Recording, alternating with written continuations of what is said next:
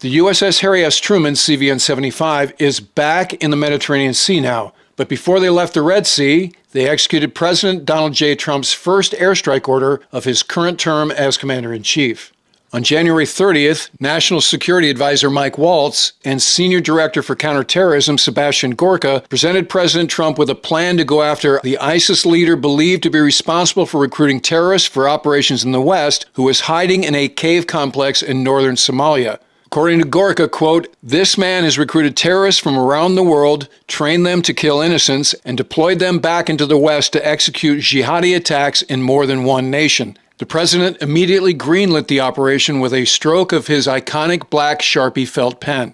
Of course, this is the Sharpie that has been used to sign many executive orders and, in one case, to modify a weather report. Somalia has been a haven for terrorists ever since its government collapsed in 1991, replaced by a patchwork of feuding warlords and hardline Islamists.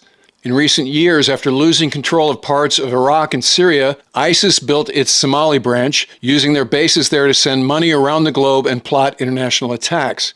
According to the Office of the Director of National Intelligence, the group is relatively small, believed to be between 100 and 400 members strong, but influential in directing ISIS activities outside of Somalia. With the Trump National Security Team assembled in the White House Situation Room on February 1st at 9:50 a.m. Red Sea time, 16 Carrier Air Wing 1 Super Hornets, both F-18Es, the single-seat model, and Fs, the two-seat model, dropped enough precision-guided ordnance to hit 10 targets. There were mostly caves in the Cal-Miskaad area of the semi-autonomous region of Puntland, where the ISIS terrorists were hiding, according to General Adan Abdi Hashi, the commander of the Puntland Dervish forces. Once the Super Hornets were all safely back aboard Truman, President Trump posted this on Truth Social. "This morning I ordered precision military airstrikes on the senior ISIS attack planner and other terrorists he recruited and led in Somalia. These killers, who were found hiding in caves, threatened the United States and our allies. The strikes destroyed the caves they live in and killed many terrorists without in any way harming civilians. Our military has targeted this ISIS attack planner for years, but Biden and his cronies wouldn't act quickly enough to get the job done. I did. The message to ISIS and all the others who would attack Americans is that we will find you and we will kill you." Secretary of Defense Pete Hegseth said that the U.S. worked with the Somali government to carry out the strike.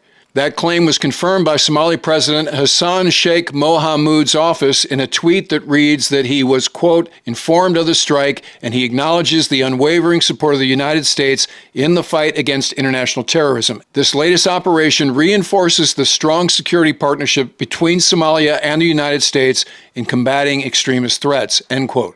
The Biden administration did conduct a number of strikes against ISIS in recent years, including one that killed 37 of the group's terrorists and senior leaders just a few weeks before the White House changed hands. But as his boss did, Senior Director Gorka made it a point to draw a distinction between this effort and that of the previous administration, saying, quote, "With Biden's surrender of Afghanistan and the collapse of Damascus, we have seen a recrudescence of global jihadism, especially in Africa. Bad actors who wish to do us harm have been allowed to retrench and expand. And yes, northern Somalia has become a new stronghold for ISIS. That all changed on the 20th of January 2025 as President Trump once more became our commander-in-chief, and America is now back." Okay, that'll do it for this quick report, but we'll be back with the latest as it happens. So if you're not already a subscriber, become one so you don't miss anything. And in the meantime, I look forward to talking to you again very soon.